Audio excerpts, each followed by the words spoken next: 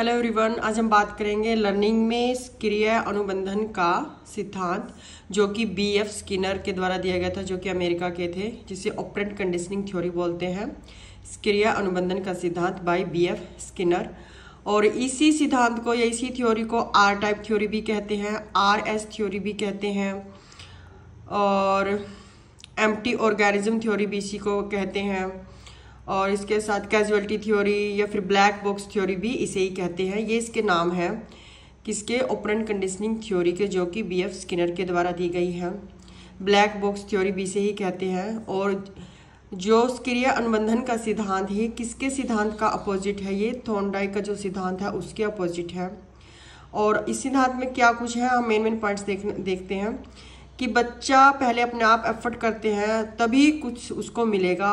क्या मतलब है कि पहले बच्चा कोई काम करता है तभी उसको कोई प्रेज या कोई रिवॉर्ड कुछ मिलता है।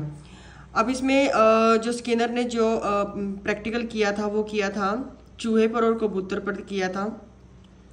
इसमें जैसे कि एक बॉक्स बना रखा था, जैसे कि चेस के टाइप का, उसमें एक बॉक्स में खाना रखा है, एक बॉक्स खाली है। तो जैसे ही चूहा एक बॉक्स में मतलब उसको करंट लगता था, तो इस तरीके से थोड़ी देर के बाद चूहे को पता लग गया कि किस बॉक्स में उसको जाना है और किस बॉक्स में नहीं जाना है। तो मीन्स खुद ही उसने रिस्पॉन्स किया और खुद ही उसको फिर क्या मिला? स्टिमुलस मिला है, उद्दीपन मिला है, मतलब रेनफोर्समेंट मिलता है। खुद ही पहले कुछ काम करता है, उसके बाद ही उसको रेनफोर्समेंट मिलता है। बच्चे को स्किनर मानता है कि बच्चे को री-इन्फोर्समेंट की जरूरत होती है, बिल्कुल। और बच्चा खुद अपनी ही शेपिंग करता है, हाँ जी बिल्कुल, गलतियां करेगा और वो सीखता रहेगा। और रिस्पॉन्स को वो क्या करता है, मतलब जनरलाइज करता है, मतलब एक प्रॉपर पॉइंट पे आ जाता है कि मुझे ये चीज़ करनी है और ये नहीं करना है। और उसके बाद चेनिंग, लगातार व्यवहार को अनुक्रिया का सामान्यीकरण करना, वही सेम बात दोबारा बोल रहा है। और ये कहाँ पर काम आता है? ये काम आता है, ये कंप्यूटर बेस्ड लर्निंग में प्रयोग किया जाता है। और एक चीज़ और, इसमें अभिक्रमित अधिगम प्रोग्राम लर्निंग, इसमें क्या होता है कि भागों में बांटकर सीखा जाता है। इसमें प्रोग्राम लर्निंग में टीचर नहीं होता है। और प्रोग्राम लर्निंग के जो ब्रांच है वो कौन कौन सी है? एक है लीनियर और एक है ब्रांचिंग लर्निंग। जो ये जो लीनियर अधिगम है, इसमें प्रोग्राम्ड लर्निंग में ये स्किनर ने दिया है, जबकि ब्रांचिंग जो लर्निंग है, शाखीय अधिगम नॉर्मन ए क्राउडर के द्वारा दिया गया है। कई बार ये भी क्वेश्चन पूछ लिया जाता है एग्जाम में कि ये वाला जो कॉन्सेप्ट है किसके द्वारा दिया गया है? लीनियर बाय स्किनर, एंड जो ब्रांचिंग है वो नॉर्मन ए क्राउडर के द्वारा। अब हम बात कर लेते हैं री इन्फोर्समेंट की, पुनर्बलन की। इस पर बहुत सारे स्टार लगे हुए हैं, तो इससे पता लगता है कि बहुत ही इंपॉर्टेंट टॉपिक है। और जिसके द्वारा क्या होता है, री इन्फोर्समेंट क्या होता है कि आपका जो रिस्पॉन्स है वो इंक्रीज होता है।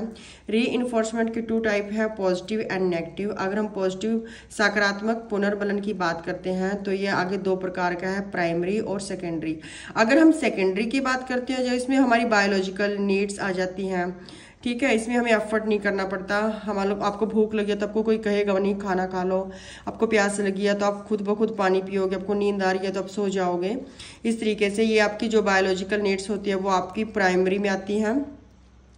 प्राइमरी जो इसका पॉजिटिव है, इस पुनर्बलन है, रीइंफोर्समेंट है, ये प्राइमरी में आती है बायोलॉजिकल नीड्स आपकी। और उसके बाद है कुछ जो जैसे कि सेकेंडरी जो पुनर्बलन है, रीइंफोर्समेंट है, जैसे टीचर के द्वारा दिया जाता है बाह्य रूप से। जैसे आपको कोई अगर पुरस्कार दिया जा रहा है क्लास में, स्कूल में, तो वो आपका सेकेंडरी पुनर्बलन माना जाता है पॉजिटिव का।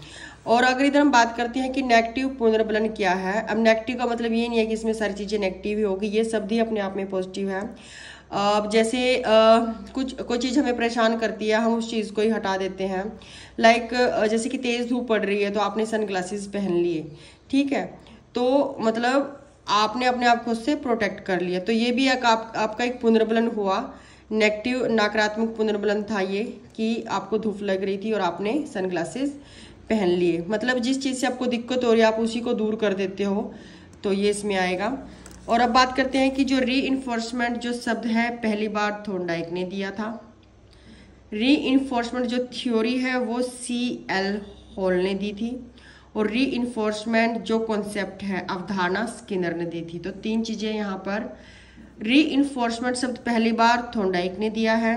री इन्फोर्समेंट थ्योरी सीएल हॉल ने दी है। और री इन्फोर्समेंट की जो कॉन्सेप्ट है वो स्किनर ने, कॉन्सेप्ट स्किनर की है, री इन्फोर्समेंट की थ्योरी हॉल की है।